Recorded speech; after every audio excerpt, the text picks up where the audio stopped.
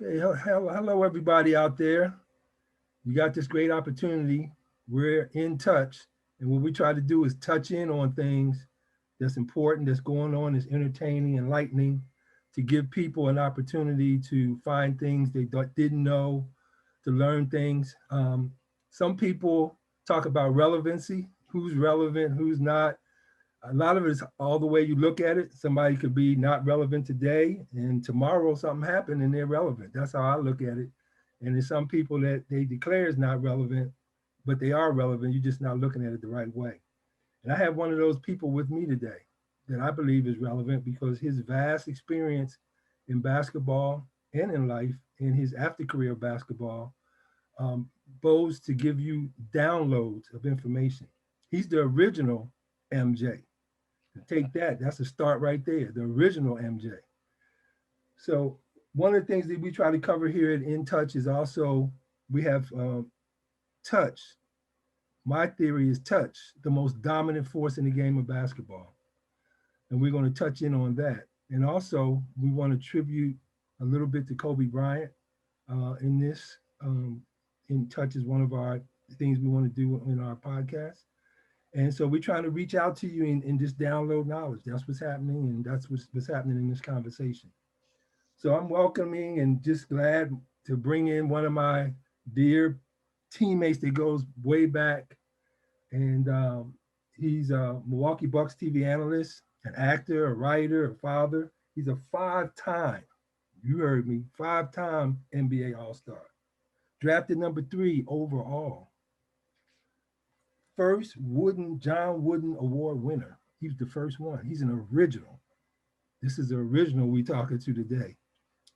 He was also Los Angeles City Player of the Year at Crenshaw High School with the great Willie West, a legendary coach here in Los Angeles and known around the high school basketball circles, one of the best. I'm welcoming into In Touch MJ Marques Johnson. Hey Marcus, how you doing today, my brother? Doing great, man. As always, good to see you. Good to talk to you. You've always been one of my favorite teammates of all times, just from our experiences at UCLA and beyond. So it's a pleasure to be here with you this afternoon. Now, a couple things I left out. This guy was inducted into the College Basketball Hall of Fame. But for me, the next stop is the Naismith NBA Hall of Fame. That's where he needs to be at. Let's get that straight before we go on any further. Now, Marcus, as I mentioned, has a lot of different things going. So we're going to get into the basketball. We're going to chop it up, cut it up, and all that.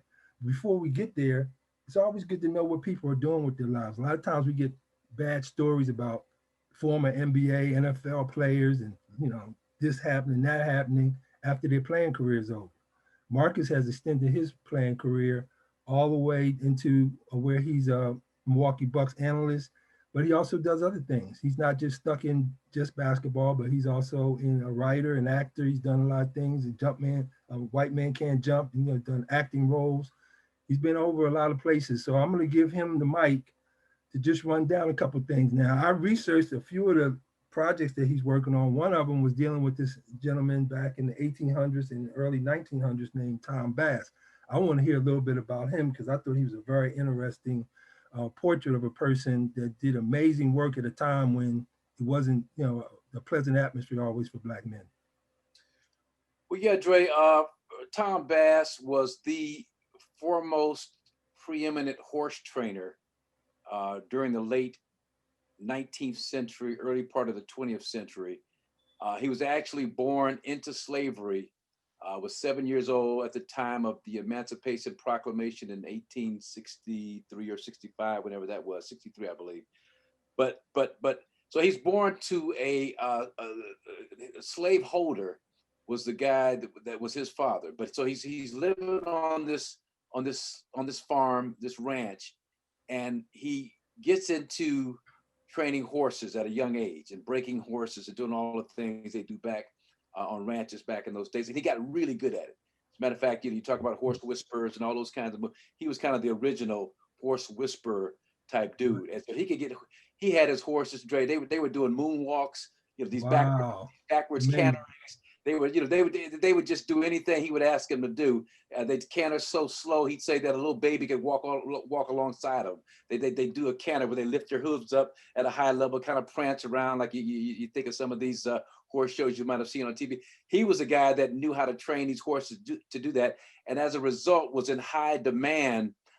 So he sold horses from everybody to William Howard Taft, to Buffalo Bill Cody bought one of his horses, Columbus. Wow. I mean, anytime people of high esteem, we're talking kings and queens over in England, whenever they wanted a horse who was superbly trained, they'd come to Tom Bass. Now, as you know, and as I know, during those times, even after slavery ended, the Reconstruction period happened. And that's probably when racism was almost at its zenith, after the slaves were free, because that was the advent of the Ku Klux Klan and a lot of other organizations that sprang up to try and keep Black people in their place. So he had to deal with a lot of that, a lot of racism, a lot of second-class citizenry. A couple of horse shows, some of the riders refused to participate if they allowed him to be one of the combatants, one of the competitors, and they did that partially out of the racial element, but more so because he always won the blue ribbon.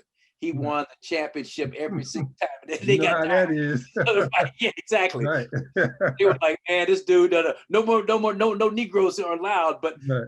they felt like it gave them a better chance. But he had some guys to stand up for him, white horsemen back in those days who stood up for him and went to the match with him and all that. So it's just a really compelling story. Bill Downey was the guy that wrote this book that I came across about 10 years ago, Whisper on the Wind, the story of Tom Bass, the celebrated Black horseman. And I kind of adapted this book into a film version. He got married to a beautiful lady back in those days. They had a son, but he had a couple of kids from two twin boys from an outside relationship. One of them lost an arm in a horsing accident. So you could see his life full of a lot of colors that I was able to try and embellish and take artistic licensing and fill in some of the blanks. But it's a real colorful life, man, that of a historic figure that ironically kind of grew up and got his fame and fortune in a place called Mexico, Missouri. And that's ironically, that's the same hometown as Tyronn Lue, current coach. Wow. Yeah, interesting. Yeah. So it's just, so it's a lot of little bits and pieces like that. So it was just a lot of fun researching and filling in the blanks, and it gave me a really good sense of that era of D.W. Griffith's Birth of a Nation. That film was popular as a film that depicted Blacks in an unflattering way, and so all that was going on at the same time. So it was just a fascinating. I was able to use some of that UCLA education in terms of my fascination with history, and use that to put together this story. So we'll see where it goes from there. And I'm gonna couple that with a young lady. Here's another great story for you. I read a book called Post-Traumatic Slave Syndrome about 10 years ago. I was homeschooling my son Cyrus, who was 14, 15 years old at the time, so about 6-7 years ago.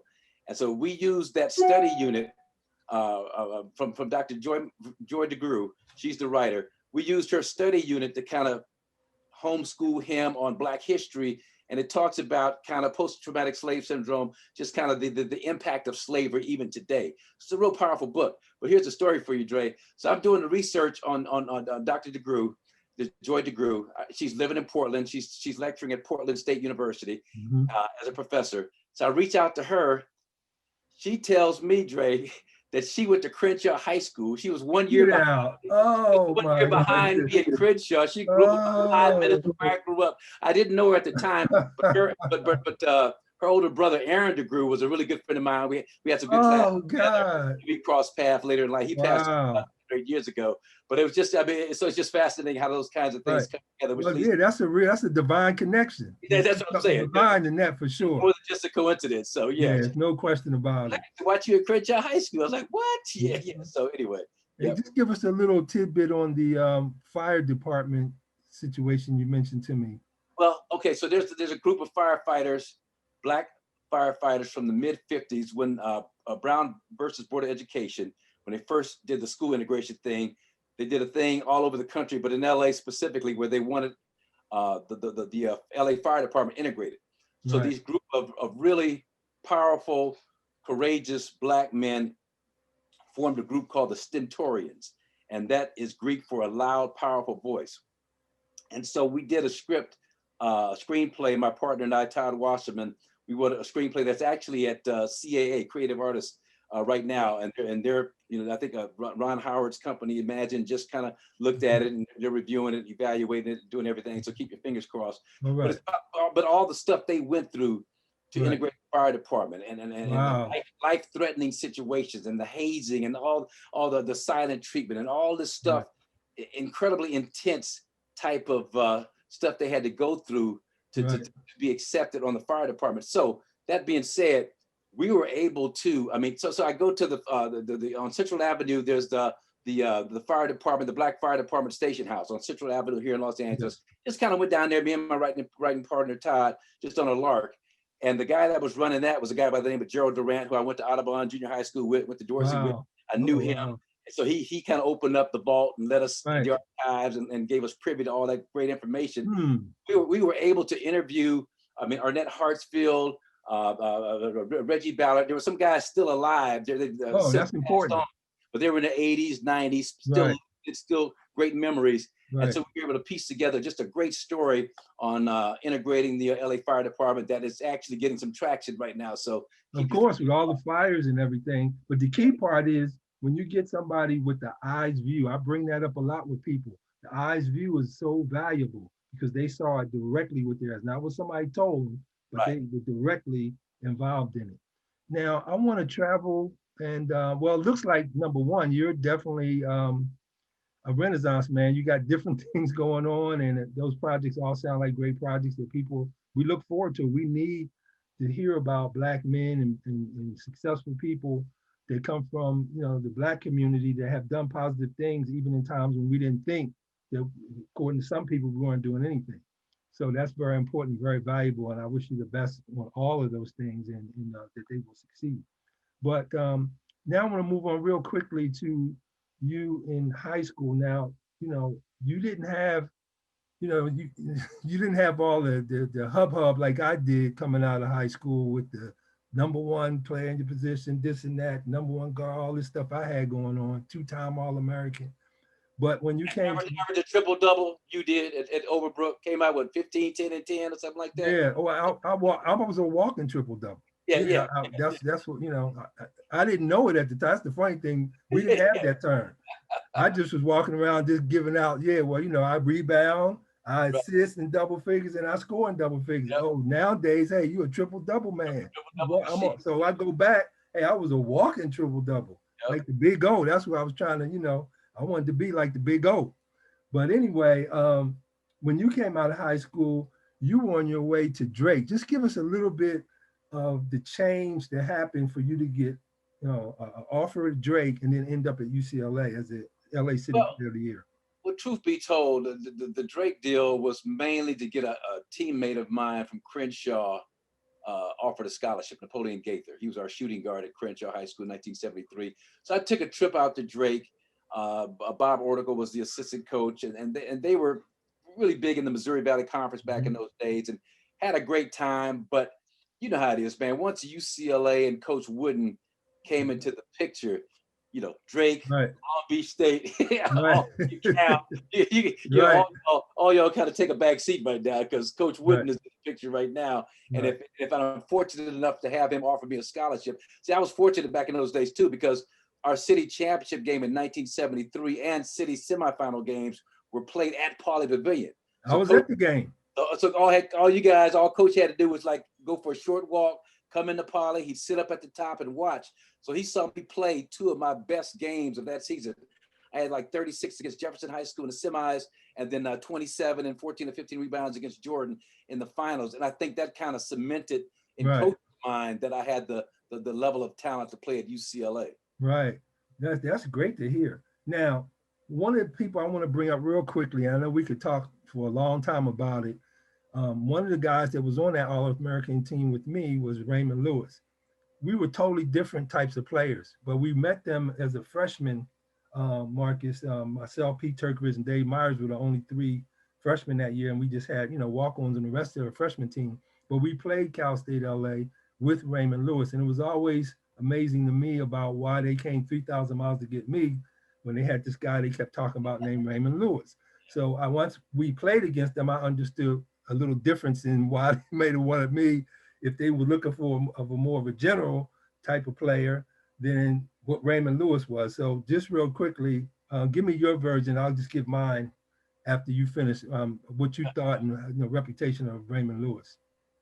Well, I mean, Ray Lewis, widely considered to be the best high school player to ever come out of Los Angeles. And you can ask old heads and guys Wow. who saw him play back in those days. And his scoring and shooting were legendary. My teammate at Crenshaw, Robert Smith, was kind of under his tutelage, Lorenzo Romar. It's a lot of guys that made it to the league from Los Angeles that had a chance to get to work out with Raymond Lewis. Now, I didn't really get a chance to play with him a lot in those high school days, if at all. He was a couple of years older than me. Yes. But I did get a chance to see him sophomore year at Cal State LA. He dropped like 50 plus points on Long Beach State when they had those great teams, Barry Tarkanian.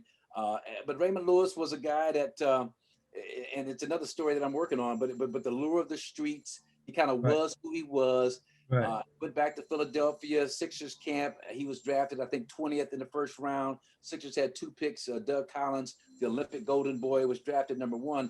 And from what I understand, Raymond was lighting him up on a daily basis. Yes. Just walked out of camp. And you're from Philly, so you probably have as good a first-hand knowledge as anybody. But from that point on, he never got another opportunity to play in the NBA. And I know Lorenzo Romar told me a story. He was talking to Gene Shue or somebody who was coaching in San Antonio. And he asked him about Raymond Lewis. And he said, well, he was the best player in camp by far. He said, well, why didn't he make the team? So, well, that was out of my hands. And nothing I could do about that. Right. So, but the interesting thing about Raymond Lewis, to bring it full circle. So when Ray Lou was about 26, 27, I was probably 23, 24, he would come out to UCLA and play with us in the old men's gym every single day. He had filed a lawsuit against the NBA saying that he was good enough to play in the NBA, that he was blackballed. And he wanted some players that were willing to come forward and sign affidavits and give testimony that he could have played in the league. So after playing with him that summer, he was a little out of shape, a little bit of a gut. He wasn't in great shape, but he was out there lighting up Jim Price and all these great defensive players on a daily basis. But that run, those runs in those days, it was me and Richard Washington, it was Wilt Chamberlain was coming out and playing with us on a daily basis. Raymond Lewis, Kiki Vandeweghe, just some great players.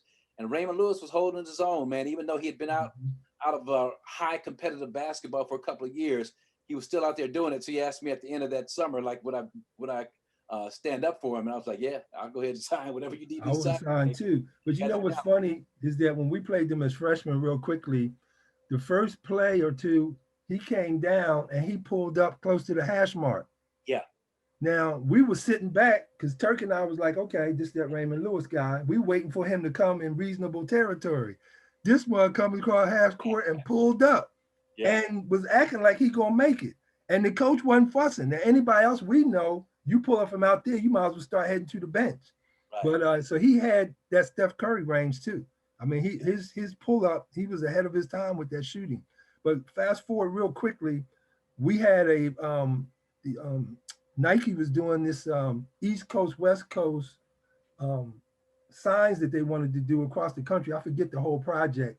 And they invited all the legends from LA and different places that they filmed this campaign and stuff that they were going to do. And I had never really, spent any time with Raymond Lewis to come up on him or whatever. And we finally talked and got a chance at that event because they had invited him, invited me. You were there. They invited you and others. And man, that was, we got a chance to hug, and it was a lot of emotions between he and I because we both went through different things with people underestimating our value or whatever it is in what we do. I wanted to move on real quickly during your UCLA days. Before you move on, Trey, let me put a period on that. That Nike campaign, because the whole thing on Crenshaw, there's no moral victories and all that with Coach West and all the state championships. That was a part of that whole promotional campaign for billboards at Nike. Okay, right. So I bring my son Chris down to Cheviot Hills Park where they were shooting a lot of the stuff for that promotional campaign. Raymond is going through some health issues. He's got diabetes. He can't really walk that well. He wound up getting the leg amputated later on. So, but at this point, he still had both legs, but he was really debilitated. Couldn't move. But he was standing about 3 feet beyond the top of the key. So I walk up, I see him. We shake hands, we hug, we start talking. He keeps shooting. My son Chris is rebounding. So we're shooting, the chains are just cha-ching, cha-ching. We're talking. We talked for a good 3 to 5 minutes. It wasn't that long. But after we talked, my son Chris, who later played at UCLA, he comes up to me as a 13-year-old and said, Dad, he made 38 shots in a row without missing. I was like, Yeah. I Hey, told you, man. Yeah. I told you he could shoot. You know, he did not miss it, barely hit the rim on any of those. So Right. my son Chris was, he kind of saw immediately what I was talking about just from that little brief interlude of Raymond Lewis basketball. Well, it's just for people to know that not every player that's in the NBA represents the great players that are out here. There's a lot of people through circumstances, their choices, bad choices, whatever it may be. But we all have stories of guys that we know, hey man, this guy, you know, I had guys in my neighborhood, man, he talk about me, but this guy over here, Skeeter Blackwell, you need to know about him, you know. But anyway, and I always thought about that. And that situation with me and Raymond was a ceiling point, you know, for me. And when people work on projects, I'm always willing to help anything way I can to help for him. And that was important for me. So now at UCLA, when you get there, you play as a freshman. Actually, correct me if I'm wrong, your freshman year was the first year that freshmen were allowed to play varsity. Am I correct on that? Second year. Second year. Yeah, Ralph Carpenter and the guys that were 1 year ahead of me. That was the Casey Corliss. They were the first guys. Okay, right. I got you. Yeah, so I know it was. So you came right in and stole some playing time. Yeah. What happened when you realized that you may be playing your first year at UCLA? How were you thinking? Well, so let me give you the background on that. So my first week of practice, and I've told this story over and over again, but I'm being guarded by Jamal Wilkes, Keith Wilkes. He's blocking almost every shot that I take. He's scoring on me like I'm not even there. And if I get by Jamal, there's Bill Walton waiting at the basket to glove everything I put up. Talk about touch glove. He was touch glove and everything. I wound up, Dre, after my first 4 or 5 days, I called home to my parents crying like a little baby. And my mom was like, what's wrong? I was like, you know, I should have went to Santa Barbara. I should have went to UCSB. I'm not good enough to play in UCLA. I don't know why y'all wanted me to come here. I can't. And my dad's like, well, what's going on? I'm like, Keith Wilkes, Dad, you know, he's blocking every shot. You know, I can't stop him at the other end. He's like, hell, he's one of the best forwards in the country. You're going to be all right. You know, you'll be all right. You know, you don't know who you're playing against. And he was right. So that freshman year, I had to go through that learning experience. But by the time we started conference, well, we had actually the Notre Dame January back-to-back games. They ended our 88-game win streak back in South Bend. The following weekend, I think January 24th, we played them again. They were number 1. We were number 2. We had swapped spots. And that's when Coach Wooden in the locker room was giving up the matchups. And Bill, you got Shoemade, and Jamal, you're going to guard Gary Brokaw. Exactly. And Marcus, you know, you're going to guard Adrian. I was like, wow. Yeah, I was like, what? And actually, when I had like 17 and 7, you know, had 17.7, had a really good game, and that was like one of the highlights of my career. Wound up starting 4 or 5 more games that season. But it's interesting. I mean, looking back on that now, you know, it was almost more of a distraction overall. I mean, there was a lot of distraction that year. You were there. Yeah, exactly. It was a whole lot of things going on. And Coach Wooden always talked about Bill and that crew. Sophomore year, they're going to be great to work with. Junior year, just a little bit more difficult. Right. By the time they became seniors, Greg Lee and Bill Walton and Tommy Curtis and Keith, that whole crew, that they would be really hard to work with. And that's what we were kind of in the midst of that season.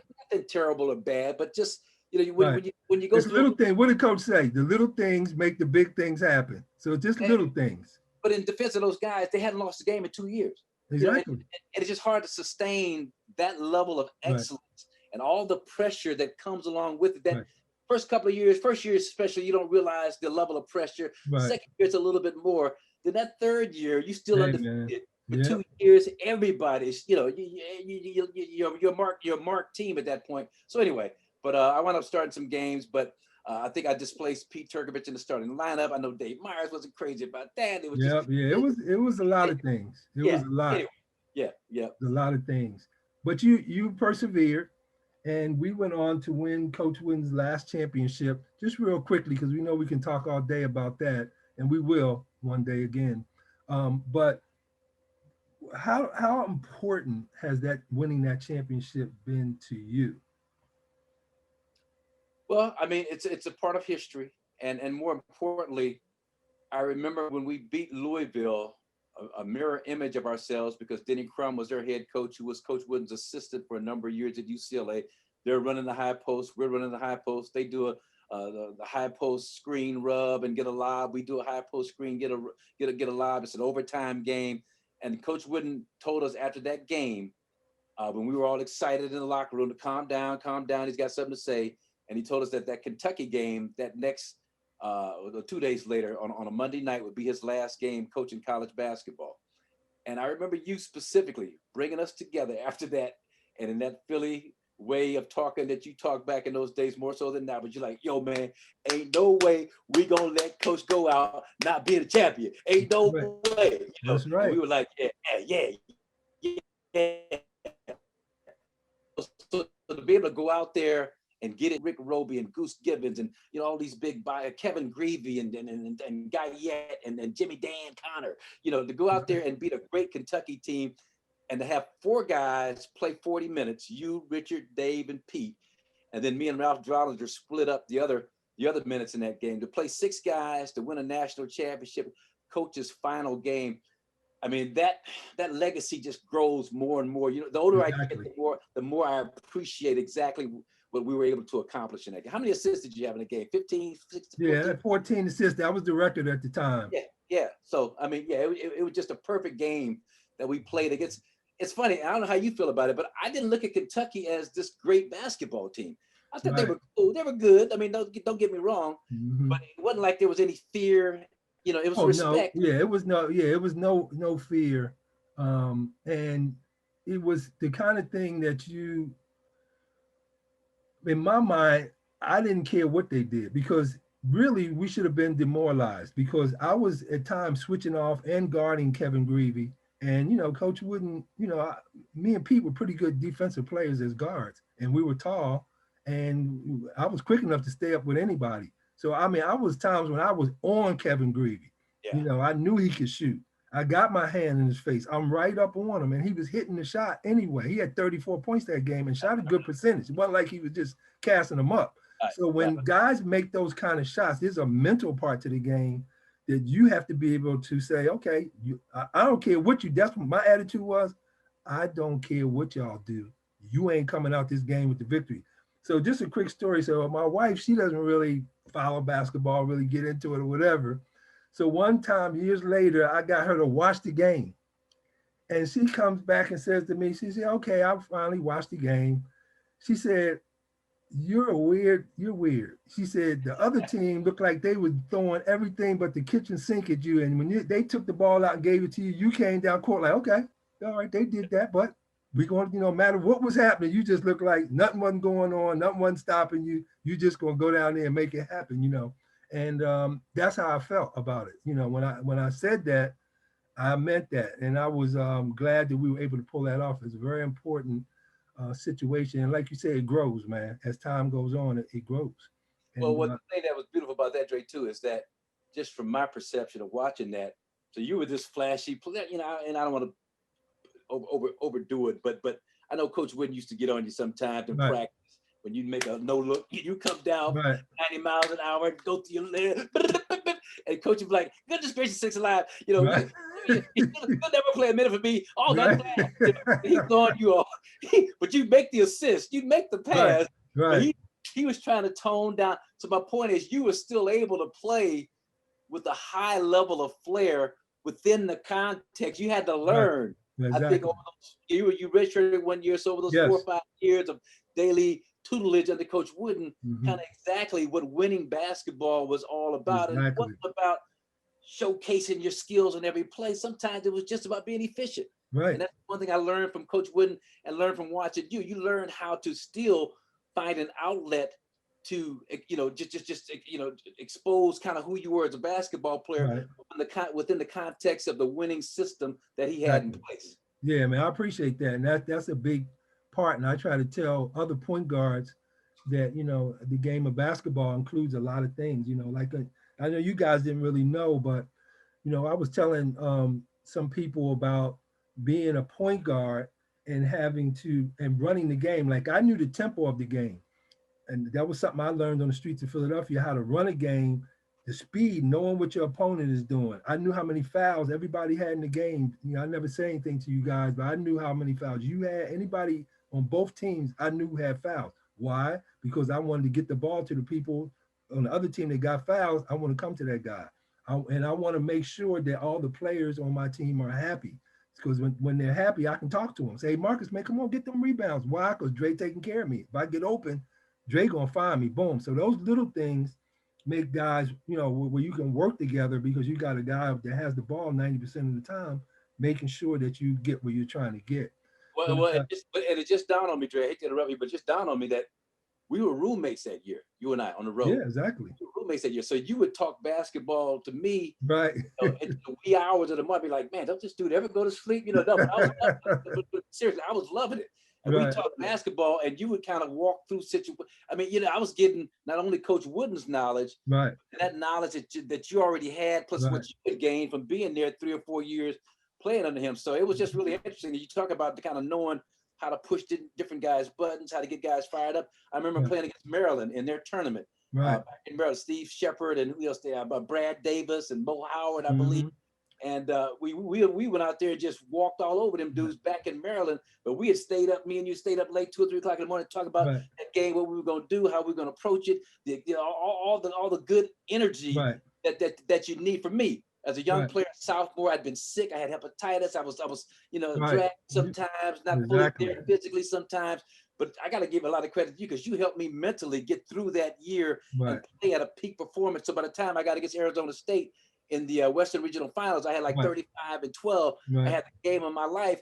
I thought I'd be able to duplicate that in the Final Four, and I couldn't. I mean, that was pretty much the peak for me. But you guys, between you and Dave and Richard and Pete, I mean, and me doing what I could do out there and every man doing whatever was needed to be done.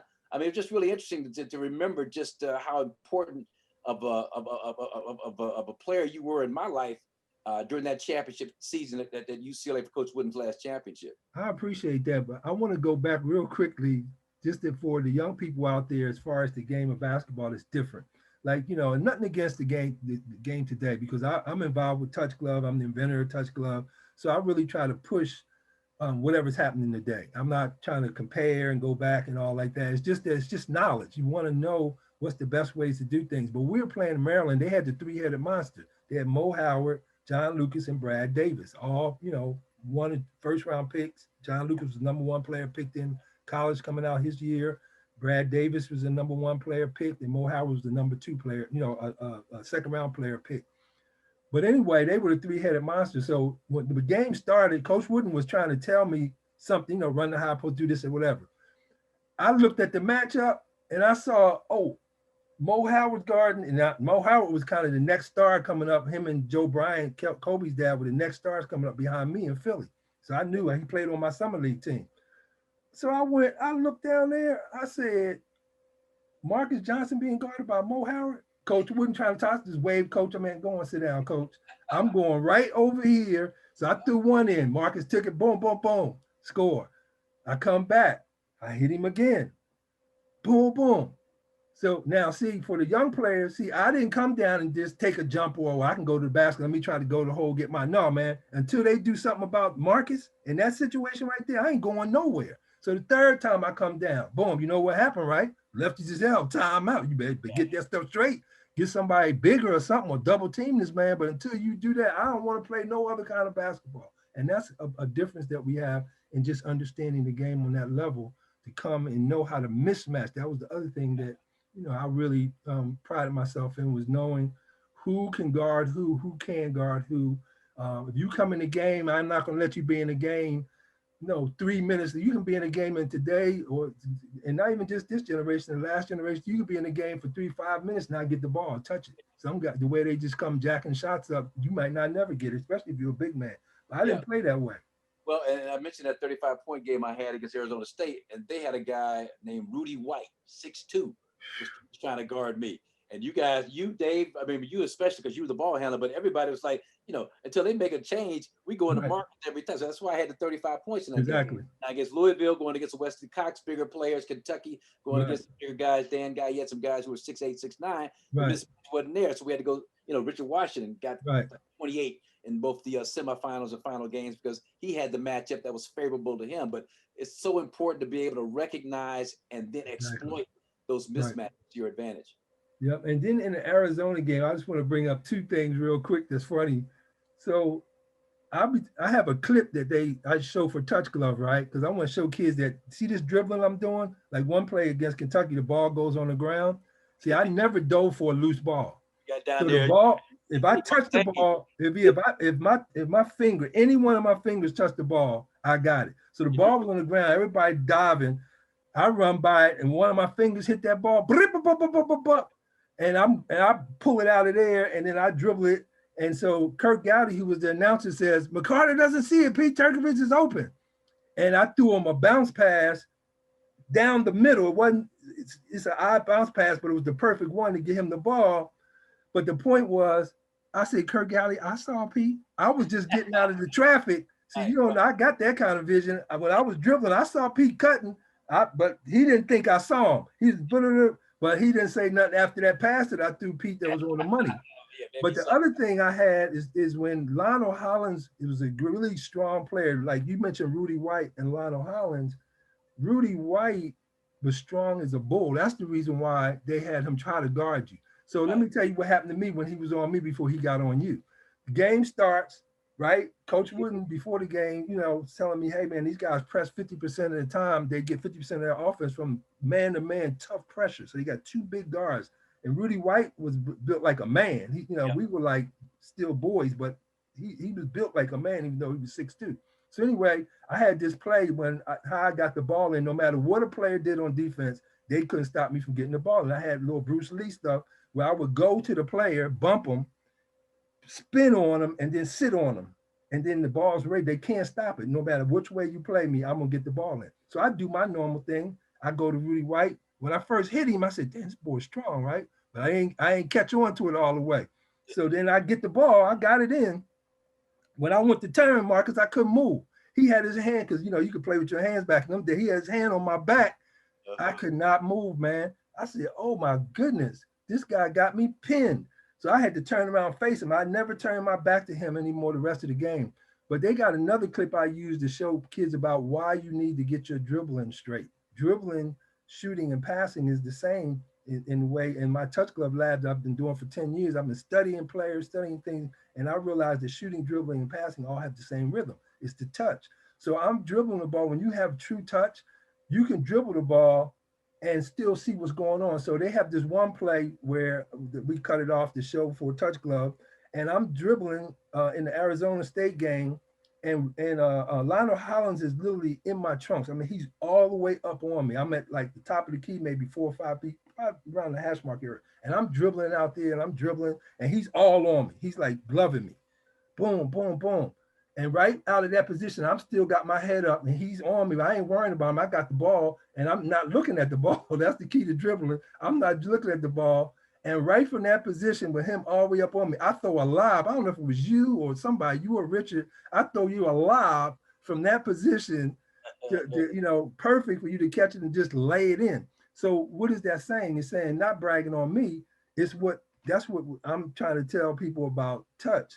But anyway, I want to continue on because we can talk that kind of basketball forever. Now, one of the things I want to bring up is that in your years in the NBA, so you go on, you become the John Wooden Award winner, first time ever.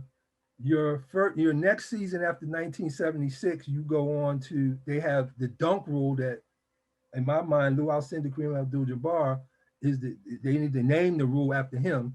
Even though Coach Wooden, he and I used to debate that all the time. I said, man, Coach, you know the name of that thing is the Alcindor rule. But anyway, the no dunk rule. And so you were able to dunk. So you were, one of the guys from my group where the whole time I was in college, we couldn't dunk. So when I would throw lobs and stuff, guys have to just catch it and just put it in. Yeah. But now, which was more athletic and more really amazing, but the time when you were able to dunk the ball, it seemed like that took your game to the next level. Once you were able to get to the cup and slam it on them, it seems like your stock rose even more to become one of the best players, if not the best player in college basketball. Well, and you talk about that lob pre-dunk. I mean, Larry Farmer, his artistry at catching that lob and then just releasing Exactly. his hands. He catch Yeah. over and just release the ball into the basket. Release it in. One of the most beautiful things as a young player for me to watch. And then I was fortunate enough to get number 54 and be able to do some of the same things he was doing. But in 1976, 77, a couple of things happened. The first year of the John Wooden Award through the LA Athletic Club was started, and they brought back the dunk. And so a good friend of ours, Malik Abdul Mansour, who played in the NBA with the Milwaukee Bucks, with Kareem for a few games. But yeah, our trainer. yeah, our trainer with the wheel. Play, all that. Played a number of but he told me, he was like, so we're working together. We've worked together since I was a freshman. So it's my senior year. So he told me, look, man, these people ain't seen the dunk in 10 years. You're going to dunk everything. So we're going to work all summer on you dunking it. So every drill we did, we played full court one-on-one in the men's gym. It'd be 95 degrees, sweltering hot inside, sweating like pig. We sweat. We still have on our acrylic kind of gear to make us sweat even more. We're going up full court one-on-one. Everything I had to do was dunk. We finish off every drill every day, 10, 20 dunks in a row. So by the time the season came, I was ready. And one stat that always jumps out at me that I love to mention is that the Louisville team of that year, Wesley Cox, Gerald Griffin, just some great athletes. They had like 60 dunks as a team. They called them the Doctors of Dunk. Right. I had 63 by myself. Wow. At UCLA that my senior. You was dunking it all. And when the irony was that Coach Wooden wasn't a huge fan of the dunk, I was able to win the first Wooden Award primarily because that people hadn't seen that kind of dunking in so long in college basketball. Right. And Malik was right. It was something that really made me stand out amongst a lot of good forwards that season, Bo Ellis and some other guys, Walter Davis, other guys that had some really, really good senior years, but I was able to beat them all out. Right. I was real happy for you on that. And then you get you're drafted number 3 overall in the NBA draft, and you go on into the NBA. And so in that transition for the younger players, just give us a little bit about from one level in college to the pro level, and just the differences that you saw when you got into the NBA. Well, I mean, the pro game was actually easier in terms of just the way it was set up in those days, especially the transition game was a big part of it, going up and down the floor, a lot more open court basketball, less half court, no zones. And so especially they were really sticklers for the no zone rule back in those days. So the weak side help even was really limited in terms of how long you could camp out in the key as a weak side help defender. And so if you could beat your man off the dribble, chances are you could get to the rim pretty effectively. So I did that a lot. But again, it was all about working out. I mean, me and Malik put together a workout program that summer. And for me, as you know, I was never a great shooter in college. Didn't have a lot of confidence in my jump shot, and so that was one area that we worked on. I remember the great Kenny Washington, who had some games off the bench for UCLA in the early '60s, helped them solidify their national championship. But he told me, he said, "Man, if you could hit 4 or 5 jumpers during the course of a game, your athleticism, your ability to capitalize on those garbage points, offensive rebounds, tip-ins, all that kind of stuff, so you average 20 easily." So that was my approach, was to get myself to a point where I could knock down 3 to 5 jumpers at minimum every single game and get more confidence in shooting that mid-range shot. And so that's one of the areas that we really focused on. And that's what helped me from my first year to my second year. Don Nelson, my coach, gave me a little bit of an adjustment on my release. And I used to shoot more wrist. He had me shoot more kind of fluid with my elbow snapping through. My second year, I averaged almost 26 points a game. First team All-Pro, knocked Dr. J off the All-Pro team. First team All-Pro, 26 a game. My third year, I felt like I could average 30. I mean, Don Nelson brought me into his office. MJ, what are you looking at this year? I said, well, Nelly, I can average 28, 30 points a game. Me and George Gervin, we got bets on who's going to lead the league in scoring. Don Nelson tells me, like, look, I know you can average 30, but but to make our team, I think, optimal efficiency, I need you to average 20 to 22 points a game, give me 7 or 8 rebounds, play good defense. Now, if I'd have known, know, back then, we grew up, I grew up playing for my dad, Willie Weston Crenshaw, Coach Wooden. So whatever coach say, I'm going to try and do. But looking back on it now, I probably should have met him in the middle. So I can average 30. You want me to average 20? I average 25. How about that? But so it was just interesting. And put a period on that. a lot of people say, well, if you lead the league in scoring, you can't win a championship. Well, Rick Barry averaged 30 points a game with Oh, Golden State, yeah. 1975, the year they Right. won. As we're seeing now, you kind of need that guy in the Right. playoffs, half court offensively, who can make things happen when Exactly. the defense is kind of tightened up. So anyway, I'm not harping on it, but I just think about that sometimes in terms of, and you and I always talk about this kind of stuff in terms of being able to express yourself in basketball on a higher level. For me, scoring was a big part of who I was as a basketball player. To have some of that, a piece of that taken away, it has an impact. You know what I'm saying? It has an impact in terms of your spirit as a basketball player. Because I know I can give you 27, 28. Now I can score 20 in my sleep, and did a lot of times out there on the floor. So yeah, it's just interesting something to think about. Yeah, it's no question.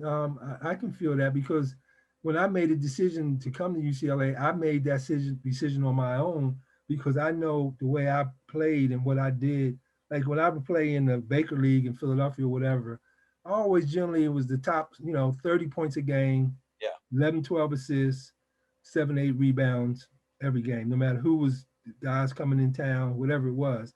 But that was because my confidence had gotten, so you lose a little and you gain a little. It's that you have to make a decision what you want to do. If you want to win, you look at it one way. If you want to get the money and get, the other stuff, then you do, whatever. So that's whatever pleases you and whatever, your goals are. Well, My and goals, but I always say, Dre, that too, that we if they would have had the same analytical breakdowns that they have today, player efficiency rating, all that good stuff, coaches would have encouraged me to score more because we did it so efficient. We're not going to shoot on under 50%. Right. I don't situation. We might shoot 55, 60% most games, and if we're really on one. Right. And so having a knack to be able to put the ball in the basket is really something that's more appreciated now. It's no question. Back then, they just looked at numbers. Okay, he's averaging 26. Forget the fact that I'm shooting 56% from the field. I'm averaging 26 a game, shooting 56% from the field. Yeah, now that would be something that coaches would encourage you to do as opposed to discourage you to do. Yeah, it's a different eye view.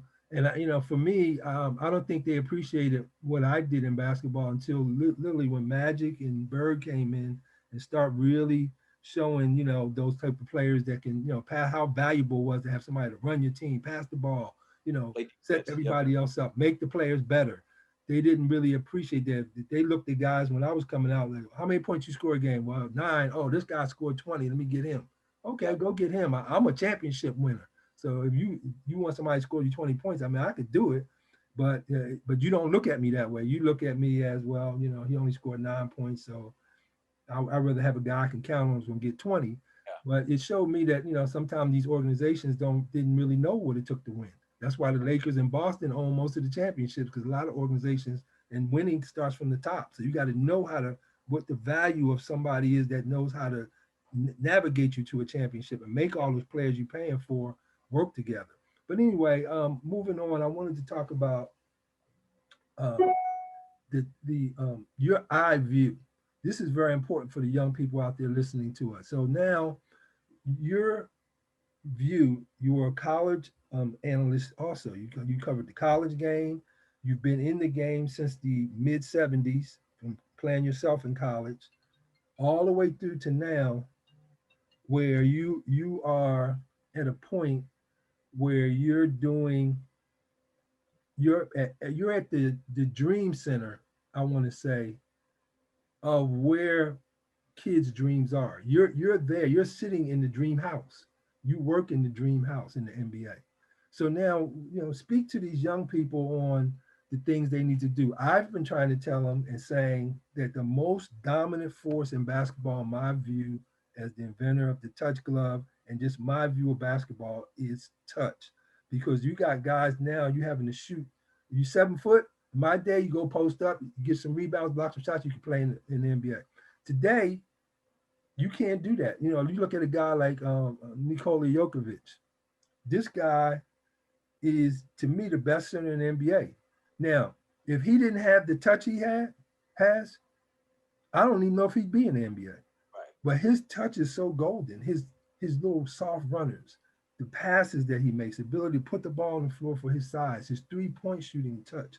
So to me, that value is there. You look at Steph Curry, who changed the game to another level just because he could shoot so far out with the touch that he has. So touch, you look at a Kevin Durant that's 7 feet that can put the ball on the ground. So the top of my food chain of touch a couple years ago was definitely, Steph Curry, Klay Thompson, Durant, and those type of people. Lillard's coming in the picture with the way he's shooting. So I've been saying that touch is important. You've been in the game. You've done all these great things in the game. You analyze the game still today. How valuable do you think touch is in the game of basketball? Well, I mean, it's everything in terms of if you want to get on the floor in today's game in particular. And I think it's always been like that, but even more so today, because you mentioned some guys like a Brook Lopez that plays for the Milwaukee Bucks, a team that I work for. He is able to reinvent himself as a player because he increased his shooting range. His first 10 years in the league, 7, 8 years in the league, he maybe shot 20 to 30 3-point shots total. Now that's the strength of his game, getting out there and shooting mid-30s from the 3-point range. So that's a big difference. Our team as a whole, we've got one of the most formidable offensive forces on the interior, Giannis Antetokounmpo, more in the paint points than anybody since Shaq back in 2000 or 2001. But to make him more effective as a player, you got to surround him with shooters. You got to create some gravity. So now when the Bucks look at bringing guys in to complement Giannis, we got Drew Holiday and Torrey Craig and DJ Augustine and Bobby Portis. All these guys, Dre, shoot 35, 36, 37% from the 3-point line. That's the first thing they look at. Right. So now you've got to be able to spread the floor, stretch out the defense, especially if you've got a guy like Giannis. Right. You look at LeBron James. The greatness of LeBron when he first came in the league with Cleveland at 18 years old, we all saw it. He didn't become a winner down in Miami until he started knocking down that jump shot. Right. His teams were backing up off of him, clogging up the lane, making things difficult. So in order to be able, and even guys marginally, like Klay Thompson is not this great, superior athlete. Right. But what he's got is that ability to stretch out that defense, and he's worked hard enough on his skills to be able to get the pull-up jumper off, the catch and shoot jumper off, to shoot it from 25, 30 feet, had 10, 12 3-pointers in the game. So anyway, all that to say, when I'm working with my kids today, and my daughter in particular, she's 11 years old, we were working with the touch gloves this morning. She gets up at 6:30 at her asking to go work on some skill development. But it's all about ball handling. It's all about shooting.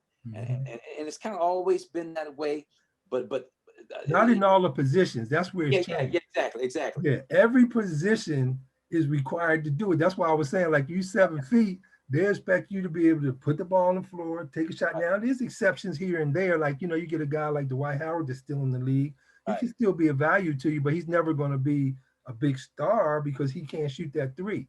And JaVale McGee. Clint Capella, I thought was a really good player for Houston, but he wasn't valuable to them because he couldn't shoot. He was a great guy and rolling to the basket. He created gravity because you'd have to sag in from the weak side. But the fact that he couldn't shoot the jump shot made him expendable, and now he's more or less a journeyman in the league, and that's kind of how it's grown. You mentioned Nikola Jokic. Back in our day, he'd have been branded as being soft. Yeah. Right. Get back to the basket game. Exactly. Big guy, you're a Tom Boerwinkle high post kind of center. Who's a journeyman and nothing more. Right. But in today's game, because he can shoot that jumper, he can pass, he can handle. That skill development at his size makes him, like you say, one of the top centers in the league. So Marcus, and not to promote the touch glove, but we fight a battle with touch glove because a lot of people.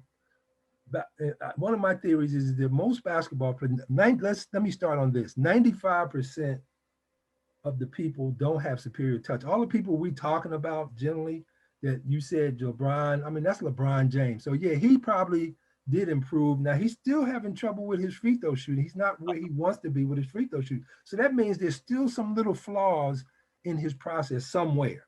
I don't know, what they are. What I'm saying with touch glove is that I want you to put a value on something that if it does, and it does, we have so many examples of it. One of them was a Milwaukee Bucks. Jason Kidd was very nice to come out in an ESPN article and say that the touch gloves that he used helped him, and he became, as we know, in the latter part of his career, one of the best 3-point shooters around at that time. Got him in the Hall of Fame, and he moved up the list in 3-point shooting.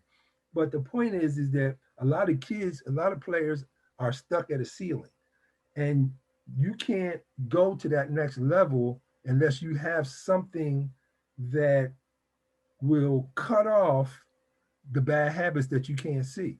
Now, to make my point, I was listening to the draft this year, and I'm not going to call any names, but I'd say I think it was 5 to 7 players that were top guys that were in the draft that shot between 20 and 25% to 30% at the highest from 3-point land. Now you figure they got the best trainers, nothing against trainers. We love trainers at Touch Glove. Trainers do a great job. But there's certain things that when you have that ball in your hand is a feeling. Shooting is a feeling. Dribbling is a feeling. Passing is a feeling.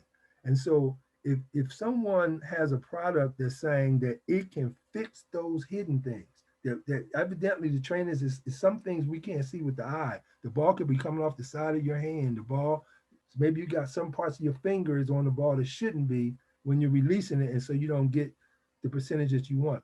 And we want these younger kids to understand that in order to get where you got to get, or where you're dreaming to get, you got to understand the system that you're going in. In today's system, like you were talking about the numbers, analytics runs most of the NBA teams now. These numbers and science in the game is what they're looking at. So you have to keep that in mind. You just can't say, hey, I'm a good player. I'm going to be good. I'm going to do this. I'm going to do that.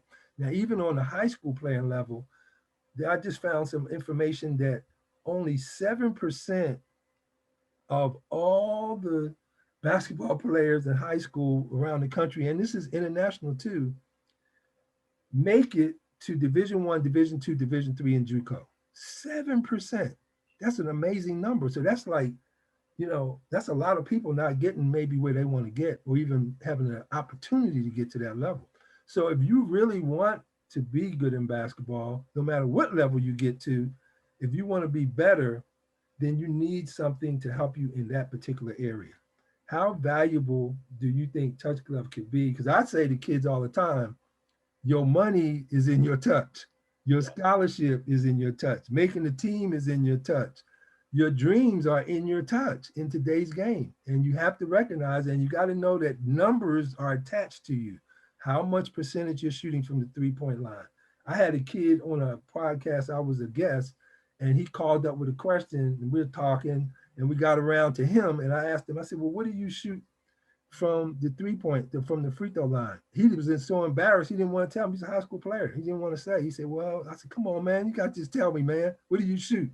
He says, I'm shooting 67% from the free throw line. I said, 67%?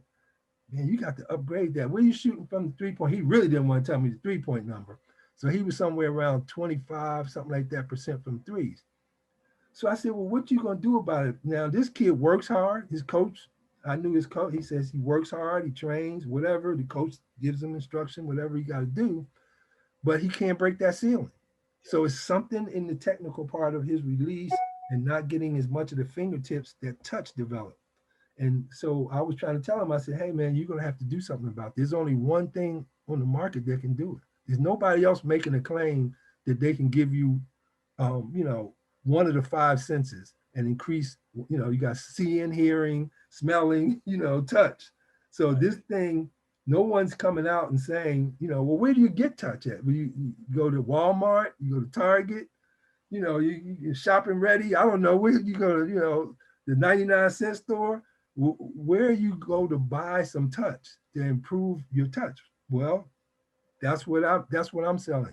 We're selling that we have dreams that can be fulfilled, and players, you have to do things to separate yourself in basketball. And that's why it was so important what you were saying about yourself, because had you not separated yourself from other players, like you said, there was all these other great forwards out there, you had to do something to separate yourself to get to where you really want to get to in basketball.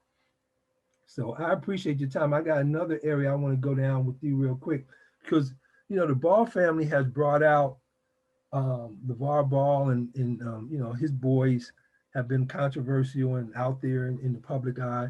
But when it's all said and done, as a father and a family, he had three boys, two go, you know, 2, 3 in the draft. Another one gonna probably get a shot, who I think is a good player. I think he's good enough to play in the NBA. But you know, he just needs the opportunity. It might be some flack because of his father or whatever it is. But I think if he's given a fair chance in the right situation, he can shoot the ball, man. He's a different kind of player, but he can shoot the ball. He's big. He could do it. But anyway, and so I look at those. Then you got the Holiday family, you know, where you got three players in the NBA. Well, you are a father that has multiple sons who played Division I and played professional basketball. Just tell us a little bit about your boys and developing them to the players that they've come to be. Well, I mean, and I was fortunate. Again, Chris, my oldest son, played at UCLA, and he was a guy that was limited athletically, kind of a 6'4.5", 6'5" power forward build, but talk about touch, wound up developing his shooting skills. And that was one thing I shared with you earlier, but like I didn't have the greatest amount of confidence in my shooting skills coming up. So I made sure all You my needed some touch gloves. It's okay. You can say. yeah, I did. Yeah, I got to see. But I remember trying to, you'd read about guys wearing gloves, dribbling, and doing a lot of things with gloves on, not touch gloves, just regular old leather gloves. Right. But it's always been kind of a process in terms of great players getting better, just doing something to challenge the hands and challenge the feel of the basketball. But you talked about LeVar Ball, and when I saw him coach his team of three sons, the youngest one was LaMelo. Melo's about 12. Jello, the second middle son, was probably 14, and so that meant that the oldest one, Lonzo, was probably 15. So they're playing in a tournament in Orange County, Dre, packed house. They're playing 17 and under, so they're 15, 14, right, playing against 17-year-olds. Right. But he's got this type of offensive approach where he spreads the floor, has the youngest one at 12 spotting up at the 3-point line, Lonzo pushing, and then the middle boy kind of mid-post catching that footwork. Right. And they're killing teams. And so right, I actually went up to LeVar because I could see what he was doing. He was preparing these guys for a high level of offensive efficiency. So I approached LeVar, who I knew, and I had a son at the time, Cyrus, who was about that age. I was like, man, I got to get my son with you. Can he play with you? And he's like, well, no, I got 6 on my team. I want to keep it at that so everybody plays a lot. But if something happens, I'll give you a call and let you know, which never happened. But my point was, I could see then what he was doing with those boys. Right. The kind of confidence in ball handling, shooting, a one-on-one, back to the basket, face-up stuff like the middle son does so well. And you could see then where this thing was headed. Now, yeah, his self-promotion and the blusters, self-promotion that he gets into can get in the way at times, but you've got to give this man credit for having vision to see where the game was headed and what he needed to do with his boys to make sure that they fit into where the game was headed. And so it was fun for me to watch, and I give him a lot of credit for those guys being as successful as they are. Right. Now, one other father-son duo I'm familiar with, obviously, because I played with and against Kobe Bryant's dad, Joe Jellybean Giant Bryant, and he, people that don't know who Joe is, he was 6'10" when we were in high school, and Joe could dribble, pass, shoot. I was talking to him not too long ago and just saying, hey man, you were ahead of your time, because in those days I teased him because I said, yeah, when you got the rebound, I know you could dribble, but you better get a ball to Dre Mack. And I said, I had a couple other guys like Marques who could dribble, but you get a ball to Chase Manhattan Bank, the one that's gonna make the play every time. I know you could dribble, you better get the ball up over here, boy. Yep. But anyway, but Joe could dribble and do things and was really a great player. And he was taller and bigger than Kobe, so he's actually a different type of player. But Joe was another person that could see ahead with Kobe because he had the confidence and he had prepared. He took what Kobe had. Kobe reminds me kind of like Tiger Woods type, that once he got out there in it, he didn't want to. He was relentless at it, and that's what Earl would say about Tiger, is that when he took him out there, even as a little boy, once he took him, he would stay out there and hit balls So some kids have that innate desire that's built in. And Kobe had that. And I think Joe recognized and he took a big gamble in a way, but he felt Kobe had all the mental attributes to take on what he was taking on to leave high school. And, it wasn't like he was a dominant force in basketball, like a Shaq or somebody like that, or Wilt, or, somebody 7 feet or whatever like that, a specimen.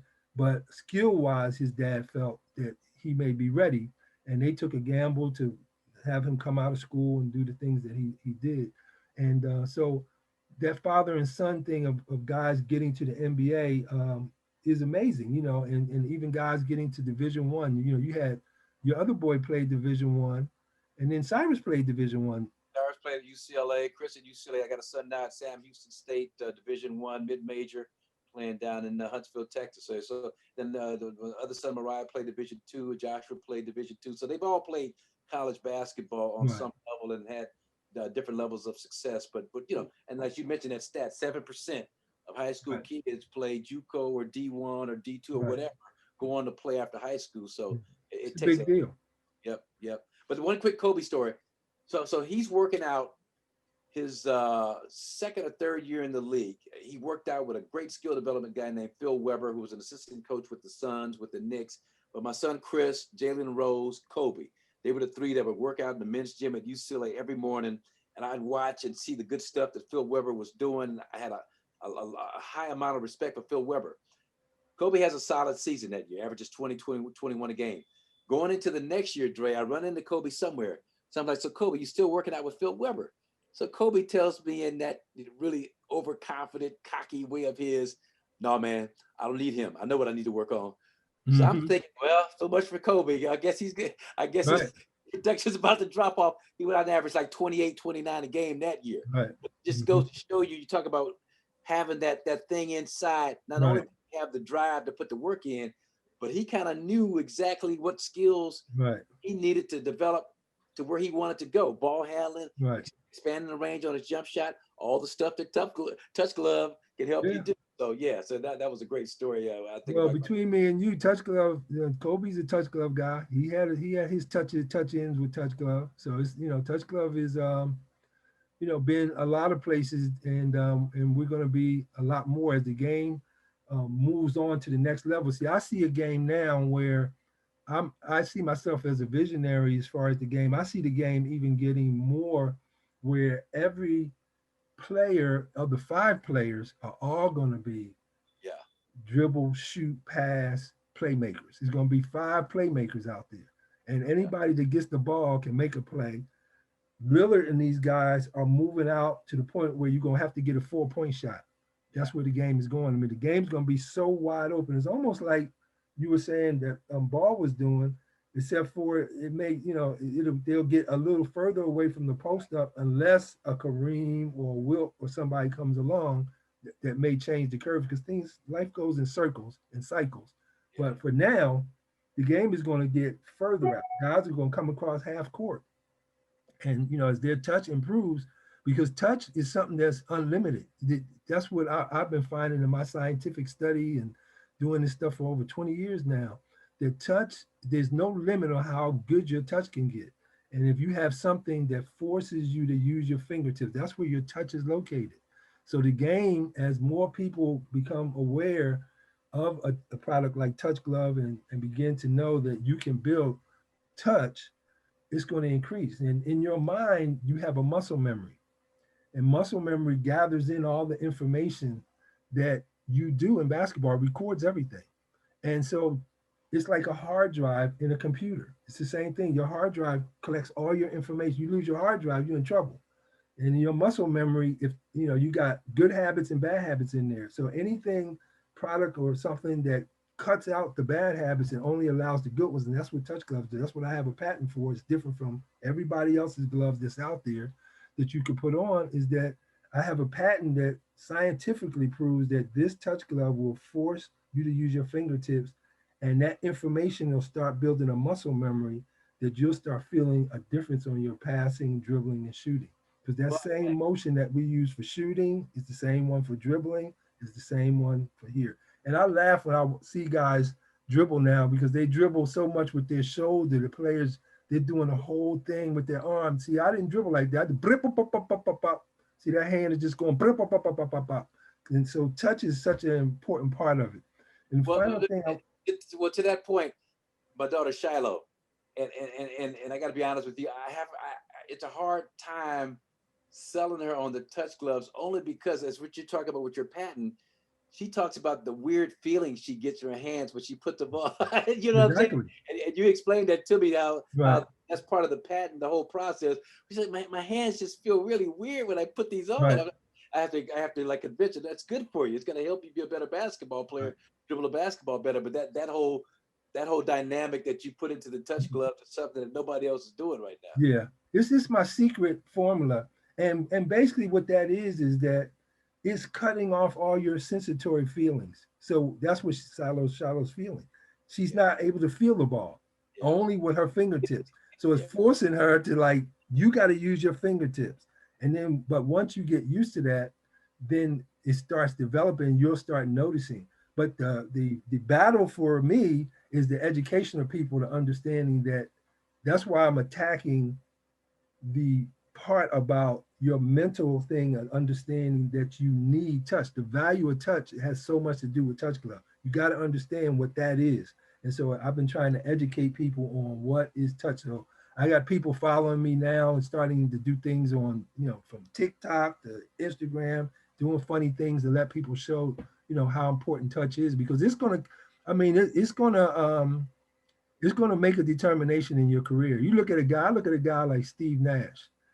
I don't think he dunked the ball one time when I ever seen him play. And for 2 years, when people like LeBron James and others were in the NBA, they were in the NBA.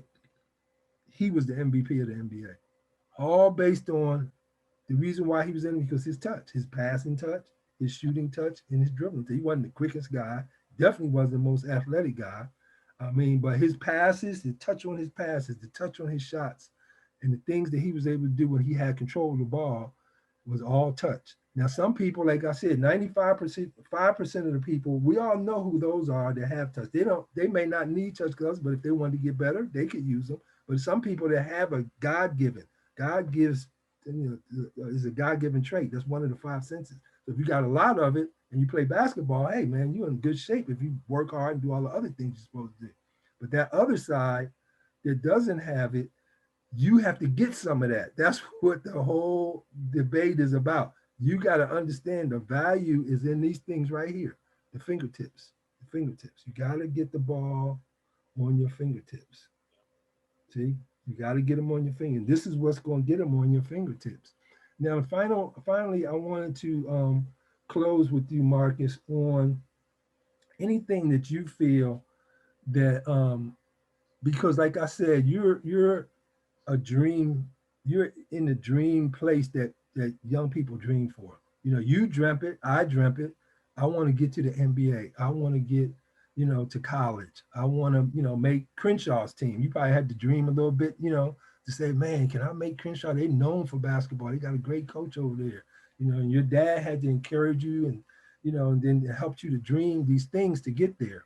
What do you say as a person that's seen every level from the 70s, 80s, 90s, 2000s to now, and you're still at the top of the game? What would you say to young people that their thinking needs to be about basketball? Well, I mean, it's pretty basic, Dre, but it's just that there's no shortcuts. Exactly. I mean, you look at we're the general populace of basketball and non-basketball fans alike, but sports viewing fans see the finished product, but they don't see all the work that goes into it.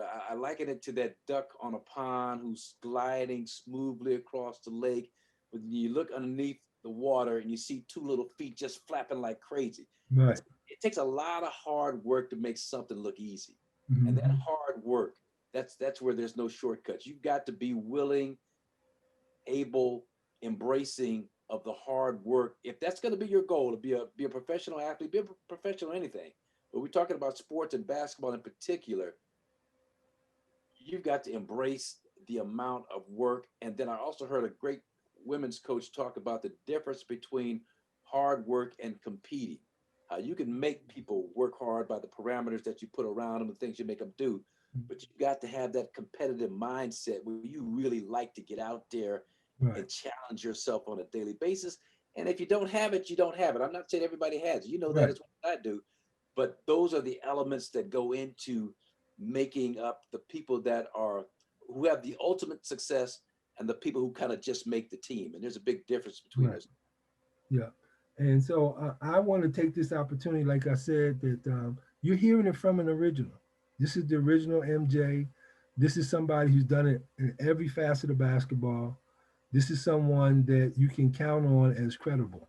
He knows what he's talking about. And in order for you to get where you want to get and to reach your dreams, and everybody's dreams are different, just getting from the freshman team to the JV team, just that little bit of extra help, that little bit of knowledge can make a difference. And I meet guys all the time. They say, "Well, I didn't play like the level you played at UCLA, but I played high school ball," and they're proud about it. Just that they made it to high school and played on the high school team. So whatever it is, if you just playing out there with your friends, what would your life be like if you was able to make a couple extra threes, just out there in the playground with your boys and they talking trash, you know how it goes, and you out there. They said, "Man, how you making them shots?" Well, hey, I got some touch gloves. I got some more touch. That's why I'm jacking you up. Because I have kids come to me and say, the people say, "Man, you got to take them touch gloves off. Let me see you make that shot without the touch gloves on." Man, that ain't what you should be asking. You should be trying to find out where they got them from. But you trying to tell them to take them off? No, man, you better find out what's happening. I got one other quick question to ask you that is another aspect I've learned about kids and being around them and training them and all this stuff and the touch glove, the whole thing. Is that how important was it for you to recognize what you couldn't do? How important in the process that you were doing? Because you got a lot of people out here that part of the reason why they don't get better because they think they cool. I'm cool where I'm at, no problem. They missing layups here and there, and doing stuff because they think they're cool. But how important was it for you to get where you got and made the difference for you to separate yourself from others? How important was that process to admit what you couldn't do and how you needed to improve on it? Well, it's of major importance. And there's an old saying that practice makes perfect, but I heard an even better saying that perfect practice makes perfect. Really working on those things you need to address and work on. And a quick story: we're playing against the Denver Nuggets in 1978 during the NBA playoffs, and Bobby Jones is guarding me. Bobby Jones, Hall of Fame caliber defender out of North Carolina, played with the Sixers and Dr. J later on, but he's forcing me left. And I'm having some minor issues. I like going right more than left at that point in my career. But every day after practice in the postseason, that first round, I worked on like 35, 40 minutes every day, just kind of getting more comfortable finishing left. So by the time it was a 7-game series, by the time we got to games 4, 5, and 6, and 7, I was dropping like 30, 35, 27 on Bobby Jones. And most of those were just kind of going left, working on that area of my game where I wasn't as comfortable, as opposed to just being stubborn and I'm gonna keep trying to get right on him when he's just begging me to go to my left hand. So we playing him in the series. He begged me to go to my left hand, and I was able to exploit that and have a great series against him. So working on deficiencies that's everything in basketball. Working on those areas where you need the most, and most of the time it's that offhand, it's that left hand, Exactly. and shooting, finishing things around the basket. But it's most of the time it's that offhand that needs to be developed, so you have that kind of balance to be able to go either direction with equal effectiveness. Well, Marcus, I appreciate you taking the time out, and I hope the audience, recognized the information, the download of stuff that you received on In Touch. We enjoy being with you today, and we wish everybody stay safe. Do the right things. You're going to make it through. We're all going to have a day that's better. Just keep believing, keep yourself safe, keep your family safe, do the right things, and we're going to pull through this thing. Thank you, Marcus. I love you. I know that, and just look forward to your successes and all the projects that you're doing. And I appreciate you coming out and being on In Touch. Love you too, brother. Always a pleasure. You're one of my most favorite people inside and outside of basketball, but especially with your vision has always been above and beyond what most guys that I have come in contact with. And so I've always appreciated and respected you for that. You're still doing it. I appreciate it, man. Touch in, baby. We see you next time. Come with us.